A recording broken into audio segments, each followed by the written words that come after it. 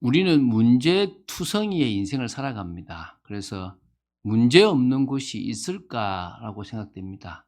이 세상을 살아가는 모든 곳에는 문제가 없을 수 없습니다. 우리가 인생을 살아가는 모든 곳에 세균이 있듯이 인생에는 늘 문제가 생깁니다. 가정에도 예상치 못한 문제가 생깁니다. 그렇게 부부가 좋다가도 시댁 문제나 또 뭐 친정 문제나 이런 문제를 가지고 다투게 되어 있는 게 사실입니다.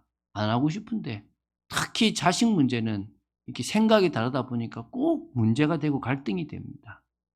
직장 생활에도 마찬가지고요. 사람과의 관계에도 문제가 생깁니다. 교회에도 문제가 생깁니다.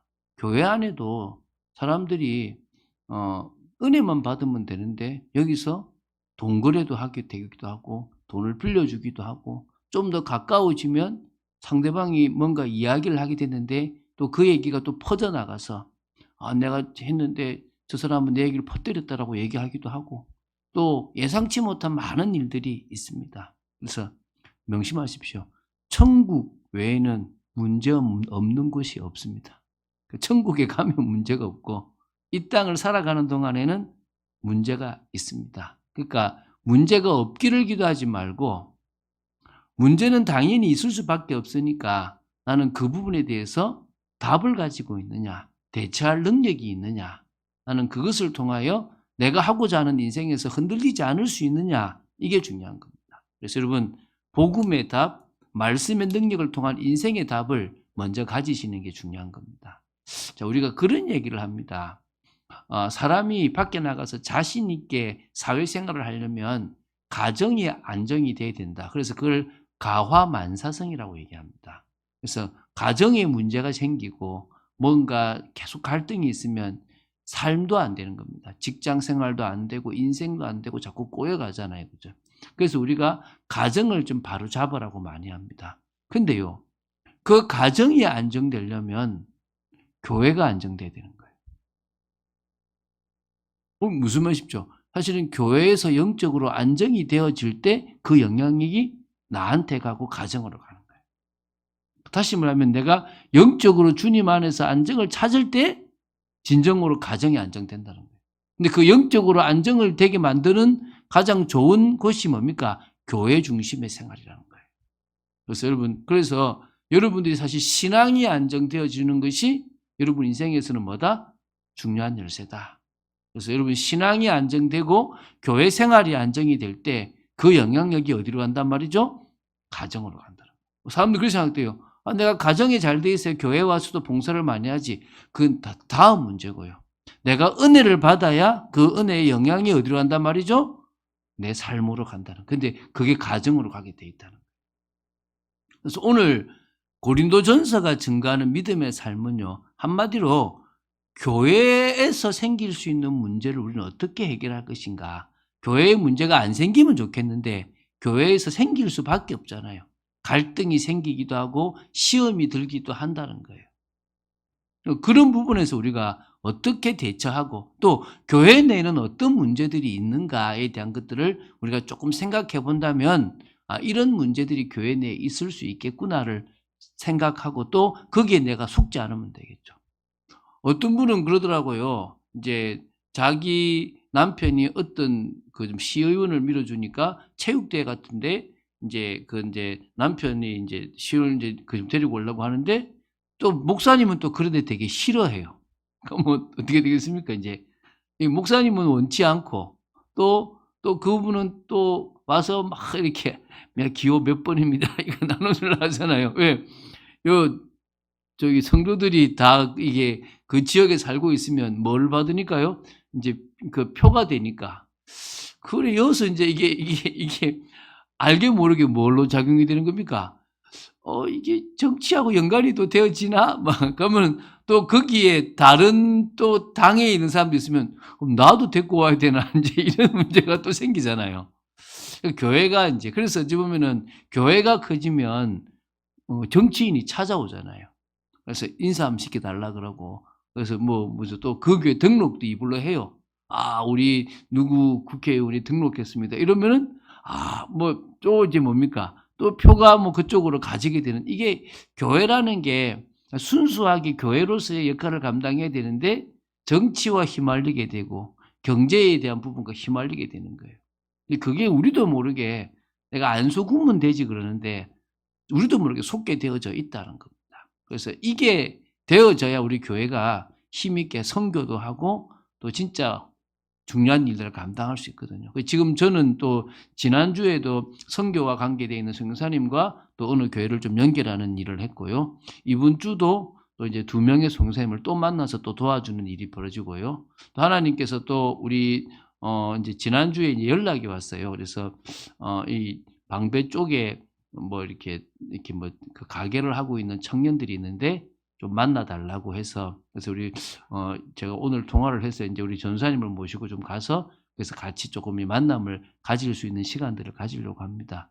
하나님이 조금씩 많은 일들을 하실 것인데 가장 중요한 것은 우리 교회가 누가 와도 편안한 교회, 또 우리 교회에 생길 수 있는 문제들을 알고 깨어있는 분들이 미리 기도한다면 중요한 응답이 될 거로 믿습니다. 그래서 한마디로 말하면 이 서신서에 나오는 여러 이야기들은 그 당시 있었던 교회의 문제들을 다루고 있다고 보시고, 그 문제는 지금 이 시대에도 동일하게 문제가 될 수 있는 부분이기 때문에 그거를 우리가 넘어서고 바로 안다면은 우리는 속지 않고 또 문제를 당했을 때 기도할 수 있는 축복이 있을 거라고 믿습니다. 자, 그럼 첫 번째, 교회 내에 생길 수 있는 여러 문제들이 뭐가 있느냐?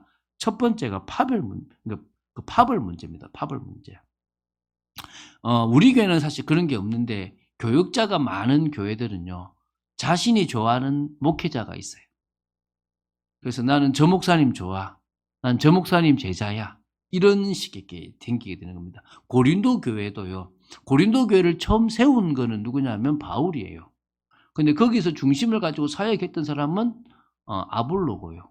또 그 외에도 또 베드로, 게바의 영향도 있었단 말입니다. 그러니까 이제 조금 시간이 지나니까 나는 바울파야. 나는 아볼로파야. 나는 게바파야. 나는 다 파요. 난 그리스도파야. 막 이렇게 생각보다 여러 이렇게 라인들이 생기기 시작한 거예요. 그러니까 어찌 보면은 좀 자신을 잘 도와주고 좀 그중에 학연과 맞는, 예를 들면은 교육자인데 같은 고향 사람이라 그럼 좀 더 마음이 가겠죠. 제가 옛날에 이제 막 교회에서 일하고 있는데 다 와서 저도 하시예요 이러는 거예요. 자매 2명이. 그러냐고. 반갑다고 이렇게. 뭐란 말이죠. 제가 이제 하시성을 가진 이제 목사니까 자기들도 같은 성실을 가졌다라고 이렇게 와서 이제 인사하더라고요. 뭐 그런 거 뭐 예를 들면 같은 학교 선후배나 지역이다 뭐 이러면 좀 더 마음이 가지는 거잖아요. 좀 더 마음이. 그런 부분들에 교회 내에서 자기도 모르게 어떤 이렇게 파벌 같은 게 생길 수가 있다는 것입니다. 결국 이거는 뭡니까? 하나님이 진정한 사역자고 하나님이 그 사역에 맞게끔, 예를 들면은 우리 집사님에게 이때는 A라는 교육자를 붙이면 좀 지나면 B라는 교육자를 붙이기도 할 수도 있는데 우리가 볼 때는 그냥 난 저 사람만 좋아해. 이게 돼버리면 문제가 될 수 있거든요. 그래서 저는 우리 교회 전사님이 누구든지 사역할 수 있도록 제가 이렇게 문을 열고 할 수 있도록 다 이렇게 하고 또 맡긴 사역은 가능하면 하도록 하려고 하는 거고, 또 그러면서도 교회가 만약에 커져서 또 사역자들이 많으면 여러분들이 누구를 좋아할 수도 있겠지만 좀 그 질서 안에서 그 모든 것들을 주관하시는 분은 하나님입니다. 왜냐하면 씨를 뿌리는 것은 바울이었고 물을 주는 것은 아볼로였다면 그걸 자라게 하시는 분은 누구란 말이죠? 하나님이라는 거예요. 그리스도라는 거예요. 그러니까 결국은 하나님의 사역 속에 우리가 있는 거지 누구 사역자가 잘해서 됐다 이거 아니고, 저는 옛날에 제가 사람한테 뭔가 답을 줬다고 생각했어요. 나중에 지나 보니까 진짜 사역도 합력해서 선을 이루었더라는 거예요. 나는 A를 도와줬고 저 사역자는 B를 도와줬고 다른 사역자는 C를 도와줬고, 그래서 또 교회는 이 전체를 또 다 모았고, 그래서 그런 의미에서 교회라는 것은 종합적으로 같이 하는 거지 누구 한 사람 때문이 되는 건 아닙니다. 그래서 여러분 혹시 누구를 따라갈 때 저 사람이 나한테 답을 줬다고 따라가지는 마세요. 왜? 가면 또 실망할 일이 생긴다는 거예요.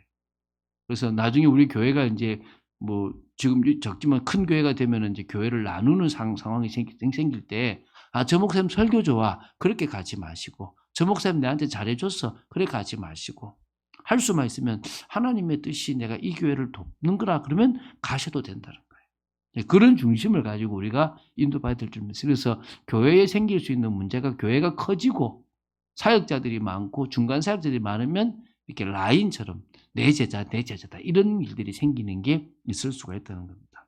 두 번째요, 윤리적 문제에 걸린 성도가 교회 내에 이제 들어와 있는 거예요.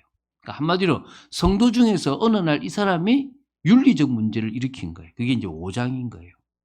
고린도 교회는 어떤 일이 벌어지냐면, 아주 음란한 가정이 하나 있었는데 아무도 그 가정에 대해서 말을 못하고 있었던 거예요. 어느 정도냐면, 어느 한 사람이 아버지의 아내, 다시 말하면 아버지의 이제 쉽게 말하면 다른 부인이죠. 다시 자기로 말하면 어머니 뻘이 되는 사람을 아내로 취한 거예요.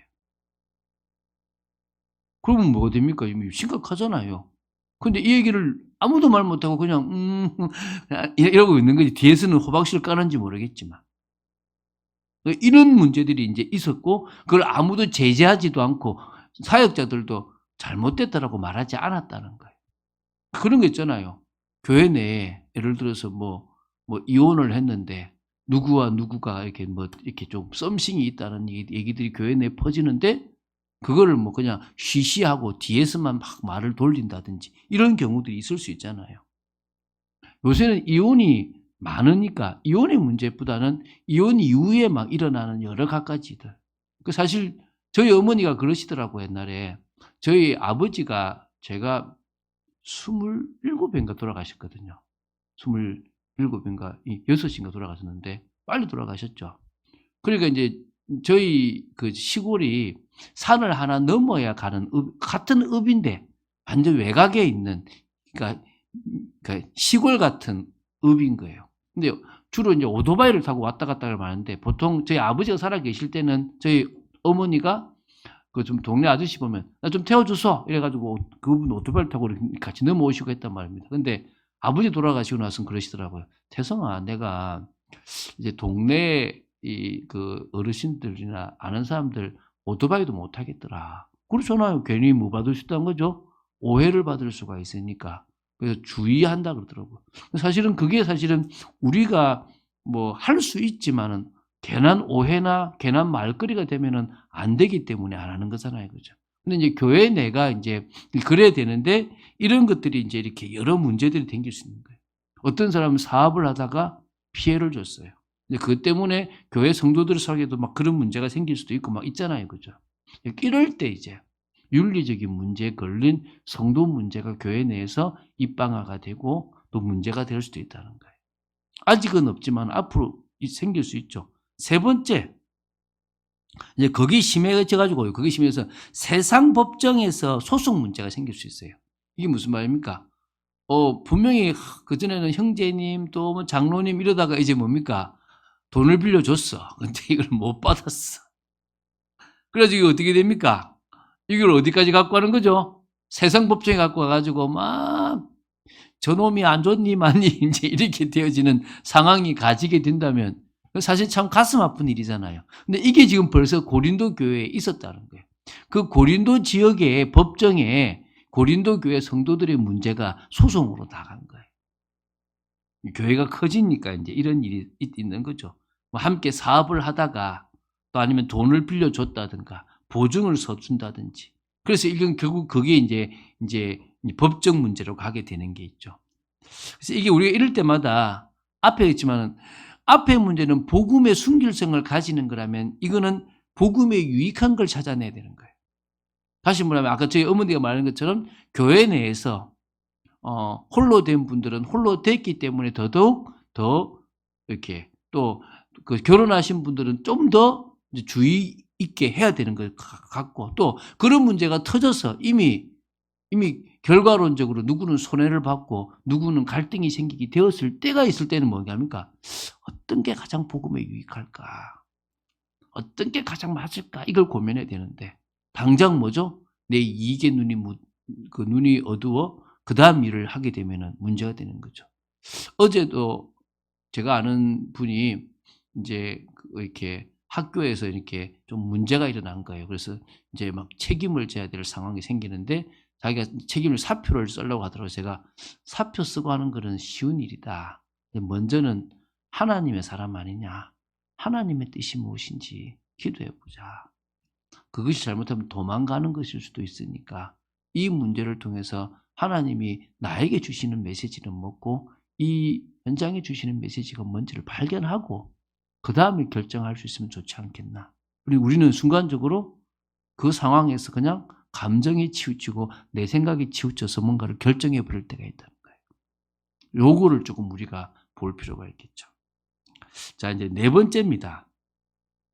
세상 속에서 우상과 관련된 문제입니다. 이 고린도 교회는요, 우상 제물에 바쳐진 음식을 먹어야 되나 말아야 되나 이런 부분들 때문에 되게 많이 싸움이 벌어지고 그것 때문에 갈등이 되게 많았어요. 제가 늘 이야기하잖아요.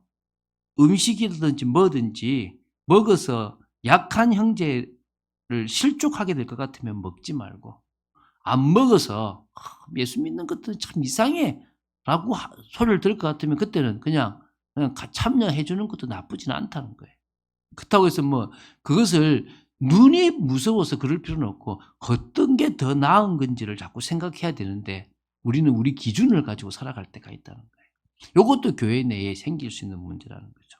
이제 마지막 다섯 번째, 또 어떤 문제가 오냐면 교회 내에 여러 신앙과 관련된 문제들이 생길 수가 있어요. 예를 들면 막 성찬식, 애찬식에도 그쪽은요 빈부의 격차가 있었던 거예요. 애찬에 막 같이 먹는데 좀 돈이 많은 사람들 많이 갖고 와서 먹고 돈이 없는 사람들은 작게 갖고 와서 먹다 보니까 이 먹는 자리에서 이렇게 좀 빈부의 격차가 막 드러나게 된 거예요. 그런 갈등들이 있었고요. 또 어떤 게 있을 수 있냐면 은사의 문제에서도 막 예언이나 방언이나 이런 것들이 그 교회 내에서 이 어수선하게 정리가 되지 않아서 문제가 되는 거예요. 예를 들면 여러분 제가 있었던 옛날 교회는요. 앞에서 아멘 할렐루야 이 소리를 너무 이렇게 막 예배 때마다 은혜 받아서 하거든요. 좀 그만하세요. 이런 사람 생기고 있잖아요. 막 왜 시끄럽다 이거지. 아이들이 막 뛰어놀면 좀 애들 좀 통제하라고. 근데 아이들이 많아야 교회는 좋은 거잖아요. 이제 이런 것들이 있잖아요. 신앙과 관련되어져서 또 막 기도하는데 막 어떤 사람 좀 조용히 하고 싶은데 이런 사람도 있을 수 있잖아요. 그러면 이게 뭐 장소가 많아가지고 막 그렇게 기도하는 사람들 그렇게 모이고 조용히 하는 사람 조용히 모이면 좋겠지만은 또 그럼 또 너무 또 나눠지니까 이게 어떻게 자연스럽게 할 수 있는가? 어떤 분은요 막 기도할 때 일어나서 손 들고 싶은데 그러면 또 뭐라 할까 싶어서 못 일어나는 사람도 있다는 거예요. 그러니까 이런 것들이 교회가 커지면 커질수록 신앙의 스타일이든 아니든 차이가 난다는 거죠. 예를 들면 자기 자녀나 손자가 어리면 애가 좀 떠들어도 그럴 수 있지라고 생각하는데 조금 한 50대 되는데 아무도 없으면 좀 교회가 좀 조용했으면 좋겠는데 막 이럴 수 있다는 거예요. 이게 좀 다 차이잖아요. 그죠? 자기 입장만 생각을 하는 거지. 자, 그래서 이제 두 번째가 핵심이죠. 이제 첫 번째는 문제를 다 조금 이야기했지만 이제 덜 충분. 두 번째, 교회 문제를 믿음으로 넘어서려면 어떻게 하면 되느냐. 결국은 뭡니까? 또다시 복음 속으로 들어가는 것밖에 없습니다. 복음 속으로 들어가는 게 가장 답이라는 거예요. 바울은요, 자신이 고린도 지역에 와서 전도를 할 때를 예를 들은 겁니다. 사실 바울이 고린도 지역을 오기 전에 어디를 갔냐 그러면 아덴이라는 지역을 가셨어요. 근데 아덴에서는 그러려고 했던 의도는 아닌데 철학적으로 이야기가 나와 버렸어요. 왜? 철학의 도시니까, 아테네니까. 그러고 나서 이제 어디로 왔냐면 고린도로 왔는데 그때 자기가 뭐냐면 나 그때 정말 두렵고 떨리는 마음으로 사역했다는 거예요. 내가 말과 지혜의 아름다운 것으로 이제 하지 않아야 되겠다고 결정했다. 그전에 내가 뭔가 내가 아는 막 지식을 가지고 막 설명했다는 거예요. 제가 오늘 그 칼럼에도 신천지에 대한 이야기를 실었잖아요. 근데 과거엔 제가요 붙었다는 거예요. 그래서 제가 심지어 어디까지 했냐면요. 제가 대학생 때 제 민증을 대순진리의 사람한테 주고 그 대순진리의 경을 받았어요. 증산도 경은 도서관에 있어요. 근데 대순진리의 경은 비슷한데 안 줘요. 만났는데. 그래가지고 한 사람이 줄 듯 말 듯 하더라고요. 제 민증배가 줬다니까요. 그거 바꾸자. 그래 하루를요. 집에 가서 막 읽고 가서 그 다음날 민증하고 바꿔가지고 다시 제가 가져온 적이 있거든요. 그때는요, 제가 막 부릴 듯 막 이단이면요, 끝까지 만나고 막 그랬다니까. 뭐 도움도 되고 그랬어요. 근데 이단 들어온 사람이 있느냐? 한 명도 없어요. 아무도 안 들어와요. 결국요, 내 힘만 빠지고 사단은 그런 걸 통해서 결국은 원하는 것이 없게 만드는 거예요. 그때 내가 알았어요. 아, 복음 아니면 안 되는데. 말과 지혜의 아름다운 거, 뭔가 논리적인 거, 이게 답이 아닌데. 그래서 오직 십자가에 못 박히신 이 복음의 능력 외에는 내가 알지 않기를 원한다라고 바울은 고백했다는 거예요. 내가 그때 그런 심정으로 내가 왔었다. 성령의 역사가 내 삶을 통해서 드러나기를 원한다. 그래서 나는 약하고 두렵고 떨었다라고 해요. 한마디로요, 바울은요, 오직 복음 하나 가지고 고린도에 왔다는 거예요. 여러분, 우리가 그럴 때 응답받는 거예요. 그럴 때 바울은요, 만남의 축복을 통해서 브리스가 부부를 만나게 되고 1년 6개월 동안 그곳에서 이 고린도 교회를 세웠던 거예요. 여러분, 지금도요, 동일합니다. 교회에서 다른 것들이 드러나면요, 그때부터 문제가 생기는 겁니다. 예수 그리스도가 선포될 때는요, 교회가요, 차분하게 가는데, 교회가 부흥이 되어져 가지고, 그때부터 좀 다른 게 필요할 상황 속에 다른 것들이 나오기 시작하면서부터 그 결과로 문제가 생기기 시작합니다.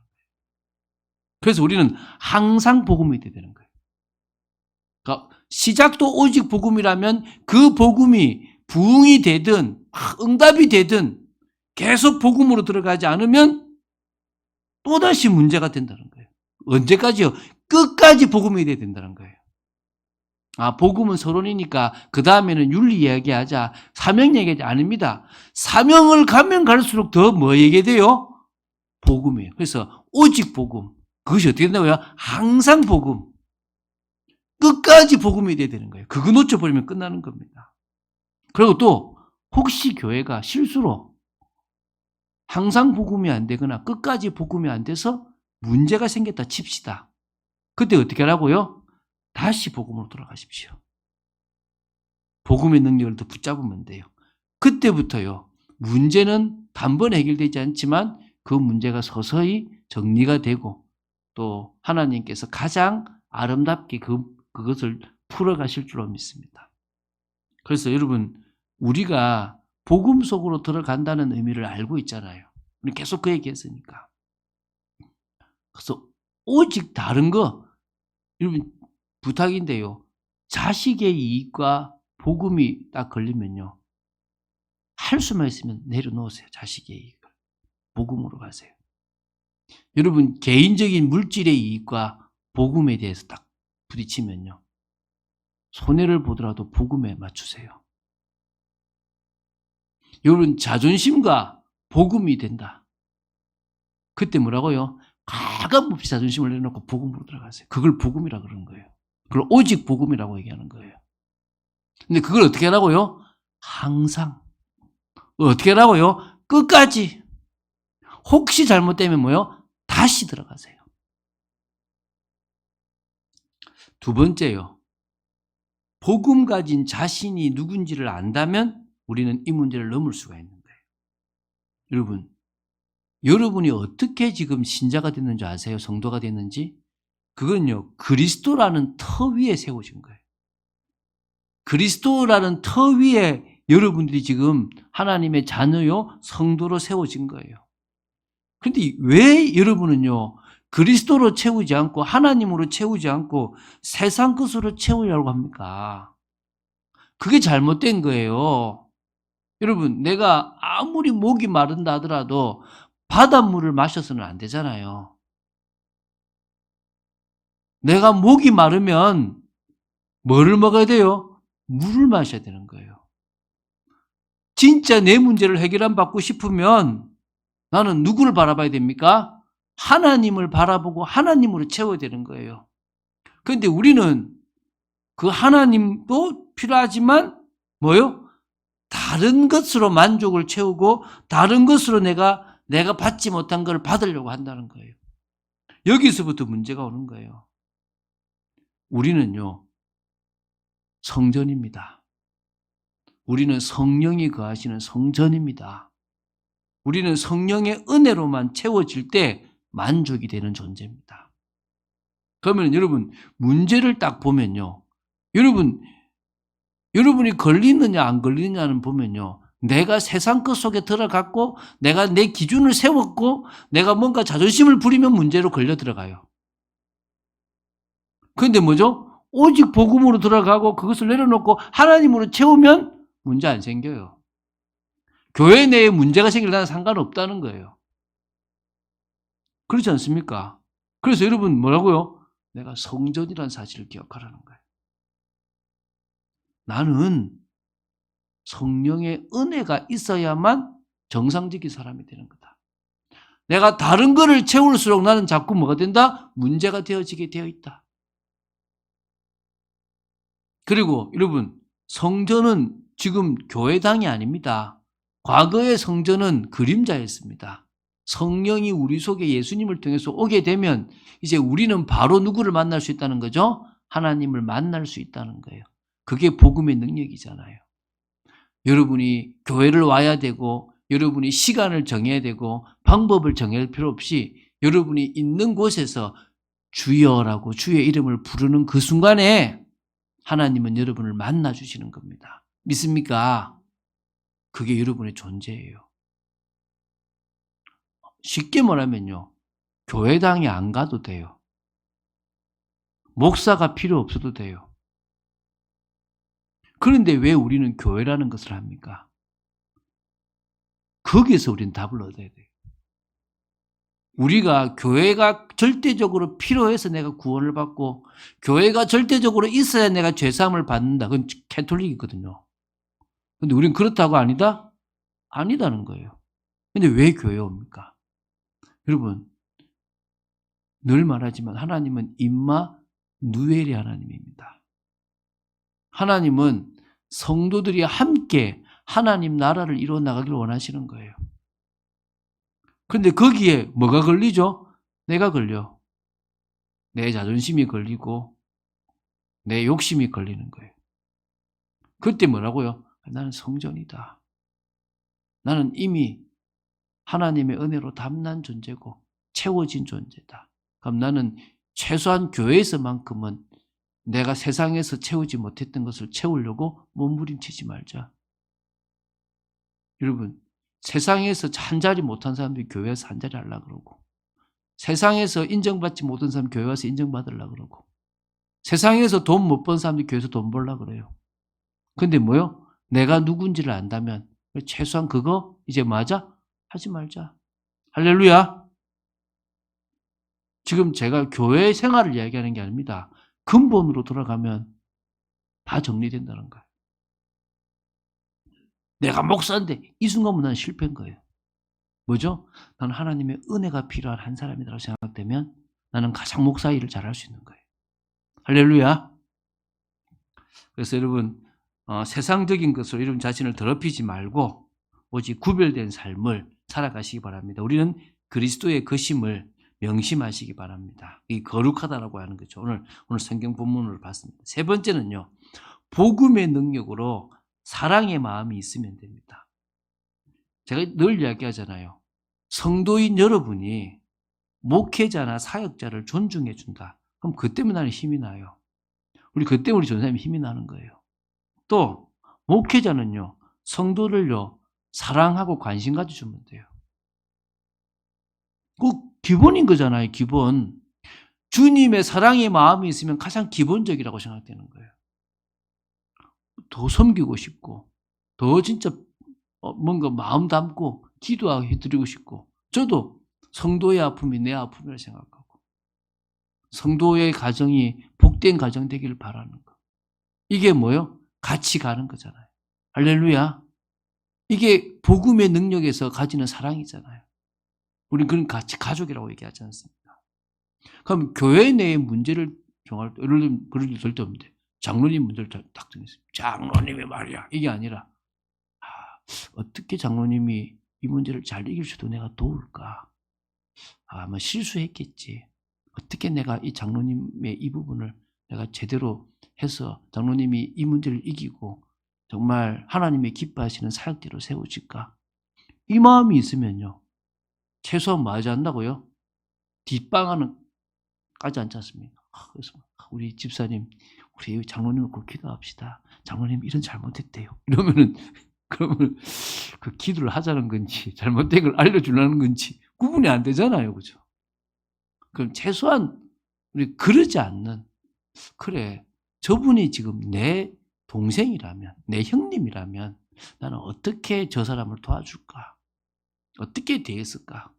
요 생각을 가지면, 또 내가 그 문제를 당했을 때 누군가가 나처럼 막 정죄하고 욕한다면 나는 얼마나 힘들까? 요런 생각들을 가진다면 우리가 조금 품어갈 수 있죠. 혹시 교회 내에 교회 내가 아니다, 이 사람의 음란한 문제를 알았어요. 그럴 때 어떻게 됩니까? 잘못된 것은 잘못된 거 얘기를 해야 되겠죠. 그런데 어떻게 해요? 그걸 어떻게 풀어야 정말 이 개인도 보호하고 교회도 보호할 것인가? 이게 우리가 풀어가야 될 숙제지 않습니까? 시작은 사랑이에요, 사랑. 저 영혼을 정말 사랑한다면 어떻게 하는 것이 가장 맞을 것인가? 그거 지금 잘 생각해 보십시오. 세 가지잖아요. 첫 번째가 뭐라고요? 내가 복음 속에 있다면 가장 쉬운 거야. 두 번째, 내가 누군지에 대한 정체성이 분명하다면 쉬워지는 거예요. 세 번째, 그 속에서 내가 주님의 사랑의 마음이 있다면 나는 쉬운 거라는 거예요. 그래서 여러분 자신에게 주어진 은사를 통해서요, 교회의 유익이 되도록 좀 성도를 살리는 쪽으로, 부활 신앙을 가지는 쪽으로 도와주면 되는 거예요. 저는 그러고 싶은 거예요. 우리가 같이 그런 것을 나눠가자는 거죠. 네 번째, 교회는요, 올바른 신앙을 가지도록 도와줘야 돼요. 그게 지금 이제 뒤에 이제 11장부터 쭉 뒤에 나오는 건데요.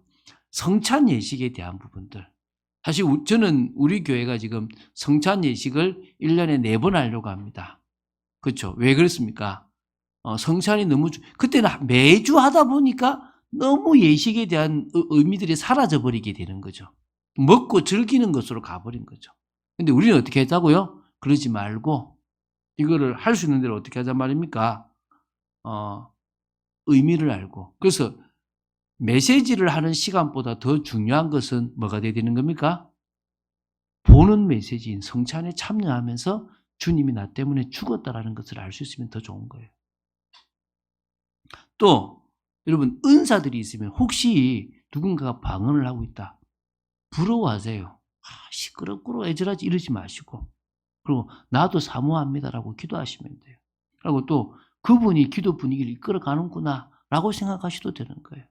우리 교회는 너무 얌전한 교회예요. 제가 기도해 보면 힘들어요. 제가 좀 같이 이렇게 좀 이러는데 너무 금요 기도 때 보면 다 얌전해. 그래서 다들 좀 기도를, 나도 잘 못 끄는 사람인데 다 내보다 못 끄는 사람들밖에 없구나 이 생각이 들거든요. 좀 막 기도를 끌어가지고 쫙. 저는 사실 기도원 같은 데 가서 기도하면요, 막 한쪽에서는 샤샤샤 그러고 막 하고 막 이러거든요. 그러면 거기서 시끄러운 게 아니라, 그래, 이 분위기에 나도 같이 기도한다 이 생각이 들거든요. 같이 좀 흐름 타시면 좋겠습니다. 그래서 또 여러 은사들, 각자가 가지고 있는 은사들이 귀하게 쓰이도록 특히 사랑의 은사 속에 들어가면 좋겠습니다. 세 번째는요, 고린도전서의 부활 신앙에 대한 얘기를 합니다. 이 부활 신앙에 대해서 우리는 계속 심어 나갈 겁니다. 앞으로도. 그게 지금 우리가 지금 네 번째인데, 올바른 신앙을 가지고 도울 수 있다면 네 번째인데, 요걸 지금 하고 있는 겁니다. 그리고 이제 헌금관에 대한 얘기도 합니다. 이 로마서에서는. 그래서 성찬 예식이라든지 성령의 은사들이라든지 부활 신앙에 관계된 거든지 헌금관에 관계된 이런 올바른 신앙과 관계되어질수록 가질 수 있도록 도와주는 여러 갖가지들이 필요한 거예요. 그래서 이 보면은 고린도전서에 보면은 이렇게 해요. 내가 언제 갈 건데 그때는 헌금을 미리 준비해라라고 얘기도 해요. 그렇게 할 만큼 헌금에 대한 부분도 조금 이렇게 어떻게 사용하고 어떤 것들을 얘기하는 거예요. 자, 결론 맺겠습니다. 아까 앞에 제가 서론에서 얘기했죠. 가정이 잘 되면 그 영향이 사회로 갑니다. 그래서 지금 사회가 문제가 생긴 것은 뭐 때문이다? 가정이 무너졌기 때문입니다. 그러면 지금 가정이 지금 잘 되려고 그러면 성도들이 교회에서 생활을 잘해야 돼요. 그래서요, 청교도들이 미국으로 가서 자신들의 가정을 세우기보다 먼저 뭘 세웠다는 거예요? 교회를 세운 거예요. 그리고 학교를 세우고 그 다음에 가정을 생긴 거예요. 왜? 교회 중심의 생활이 모든 것을 안정시킨다는 걸 알았다는 거예요. 그래서 우리는 교회 중심의 신앙생활에 방향 맞추는 거예요. 신앙에서, 인생에서 교회 중심은 참 중요하다는 거예요. 그 감사하게 제가요, 중학교 때부터 교회 중심으로 살았어요. 너무 교회 중심으로 살아가지고 문제지. 제가 중2 때인가 3 때인가? 중2 때인가 보다. 교회 행사하는 데 있지 않습니까? 학교 다니는데 밤새고 7시에 들어왔어요. 집에. 그게 저희 어머니가 이놈의 자식 뭐 하다가 이제 왔노? 안 피곤하나? 학교 가야 되는데. 그래 챙겨서 학교 갔어요. 좀 과할 정도로 교회 중심이었던 것도 문제인데 거의 교회 중심으로 생활하다 보니까요. 그게 저한테 가장 안정된 기반이 되고 그 기반 속에서 가정의 삶이 되고 사회의 삶이 되어졌다고 봐요. 여러분, 교회 중심의 신앙생활이 그냥 형식적인 거나 다른 게 아니라 가장 정상적으로 복음 속에서 이루어지게 되기를 주 예수 그리스도의 이름으로 축원드립니다. 주는 그리스도시요 살아계신 하나님의 아들이심을 고백합니다. 저희들에게 오늘도 고린도전서를 통해서 교회의 문제를 보게 하심을 감사하고 또 더 나아가서 실제적으로 저희들이 교회를 어떻게 이끌어 갈 것인지를 보게 하심을 감사합니다. 오직 복음 속으로, 항상 복음 속으로, 끝까지 복음 속으로 들어가서 저희들의 정체성을 분명히 가지고 그 속에서 주님의 사랑의 마음이 가져지는 저희들 되게 하시고 한 영혼 한 영혼 너무나 귀한 만큼 그들 속에 하나님의 은혜가 넘치게 되기를 간절히 소원하며 교회가 뜨거워지고 하나 되어지는 축복이 있게 되기를 간절히 소원합니다. 주 예수 그리스도 이름으로 기도드립니다. 아멘.